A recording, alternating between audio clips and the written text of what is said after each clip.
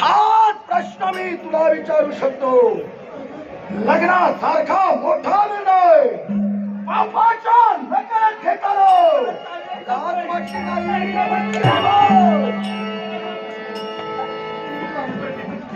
अजूनही वेळ गेलेली नाही. या साऱ्या सर्वस्वाचा त्याग कर आणि तर म्हणतोय माझ्या समोर. तुम्हाला काय वाटलं? तुमच्या जवळ आता सूट आहे, पण ही पद्मावती तुमच्या बरोबरी. बाबा, तुमच्या सुखाची मला गरज नाही. अहो, देवाप्रमाणे साक्षीला सप्तपदी चालून त्यांच्या संसारात मी प्रवेश केला. माझं खरंच सुख कोण असेल तर माझ्या सौभाग्याचा धडी मी नाही येऊ शकत.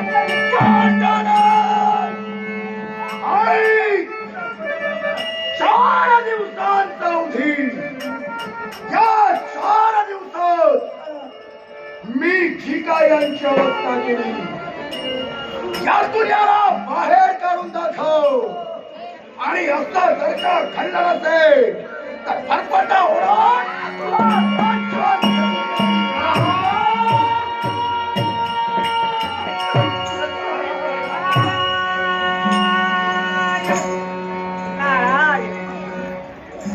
कोणत्या प्रसंग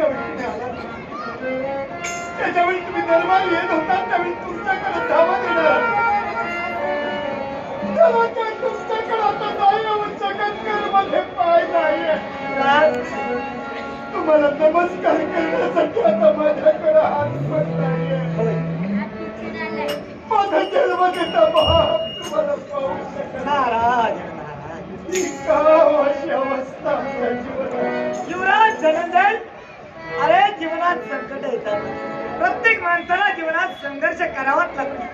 तुमच्या बाबतीत घडलेला प्रकार मी जाणले, पण आल्याला तूच म्हणाला ज्या ज्या वेळी माझं इथं आगमन व्हायचं, पुढे आपल्या चरणाने चालत चालत यायचा आणि हात जोडून मला नमस्कार करायचा.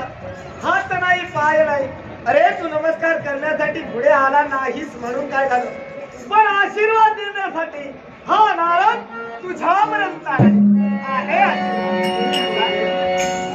बालपणापासून आज आणि तिच्यावर मी माझ्या पार्वती परमेश्वराची भक्ती केली. असूनही आमच्या जीवनात अशा प्रकारचा संकट निर्माण झाला, पण तरी सुद्धा त्यातून तरुण जाण्यासाठी एखादा मार्ग नाही का? अरे राजा, मार्ग का नाही? जिथं नारद आहे तिथं मार्ग आहे. मार्ग आहे, पण यासाठी तुम्हाला एक करावं लागेल. तुम्ही इथं न थांबता ज्या शबराच्या साह्यानं ब्रह्मराक्षसाचा घात केला त्या वस्तीपर्यंत तुम्हाला जावं लागेल. शबर वस्तीत जाऊन काय मिळणार? अरे यालाच खरंच कारण आहे. अरे तिथं जाव असं का म्हणतोय तर तो शबर सर्व काही विसरून एका सामान्य दगडाला देव मानले. वा वा वा वा, धन्य तो शबर, धन्य त्याची भक्ती. प्राण मान धन अर्पून एक निष्ठतेने त्या एका सामान्य दगडाची पूजा करतोय. आणि त्या भक्तिमय वातावरणात जर का तुम्ही गेला तर नक्कीच हे आलेलं संकट दूर गुरुदेव. पण तरी सुद्धा वैर्याने माझे नेत्र फोडले, माझ्या रावचे हात पाय तोडले. हिल्ल वस्ती आहे ती आमच्या पांचाल्याच्या राष्ट्र. बरोबर आहे राजा. बोलता बोलून गेला, माझ्या बाळाचे हात पाय तोडले, तुझे नेत्र फोडले. पण राजा हे दिव्य कर आणि ते कोणत्या तऱ्हेने माहितीये का? तुझ्या बाळाला तुझ्या स्कंदी घे, एकदा फक्त त्या भिल्ल वस्तीपर्यंत चाल. पुढे काय करायचं आहे मी करणार आहे आशीर्वाद. त्या वयात जन्मत ते त्या बापाला मुलाला आधार द्या. त्यात वयात या पाठवाला आपल्या मुलाला घेऊन एक दशावतारी कलावंत सन्माननीय आदरणीय त्याचप्रमाणे उत्कृष्ट पेंटर सन्माननीय नामदेव गावडे याचकडून आमचे हार्मोनियमवादक अमोल मोचेमाडकर यांच्या कलेचं कौतुक आणि 100 रुपयांचं पारितोषिक दिलंय. सन्माननीय आदरणीय नामदेव गावडे यांचे मनपूर्वक आभार म्हणून आनंदाने स्वीकार करतो.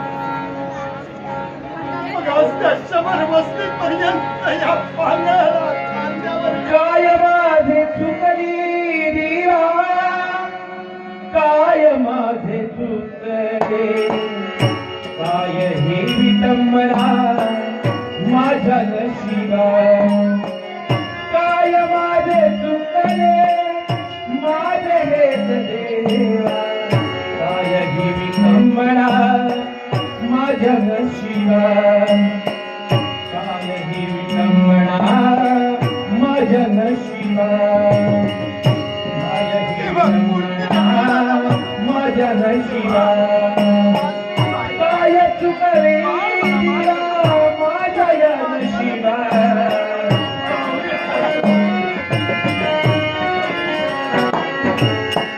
काय चुकली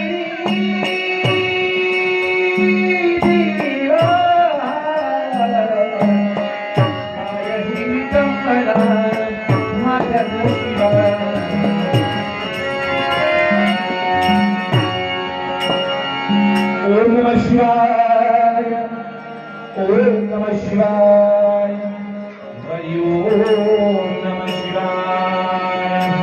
शंभो शंकरा करुणाकरा जगत्साधवा, शंभो शंकरा करुणाकरा जगत्साधवा.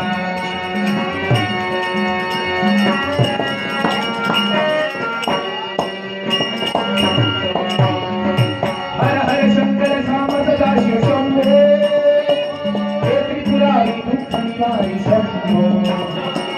हर हर शंकर साम सदा शिव शंभो, हे त्रिपुरारी दुःख निवारी शंभो. शंभो शंकरा करुणाकरा जगत्साधवा, शंभो शंकरा करुणाकरा जगत्साधवा, शंभो शंकरा करुणाकरा जगत्साधवा. ओम नमः शिवाय, ओम नमः शिवाय, ओम नमः शिवाय, ओम नमः शिवाय, ओम नमः शिवाय, ओम नमः शिवाय, ओम नमः शिवाय. राम राम दास समती राम, आत्मा शांती राम. अरे वा, कैलास तुझ्या पायथ्यापासून शिखरापर्यंत निरीक्षण करतोय. ओम नमः शिवाय, ओम नमः शिवाय संकेत चाललाय. भक्तानं केलेलं नामस्मरण आज वायू लहरीच्या जोरावर या कैलाशी शिव शंभू महादेवांच्या चरणी विनवत आहे. त्या सारा माझ्या भक्तांना नव्हे तर कैलाशी वास्तव्य करणाऱ्या शिव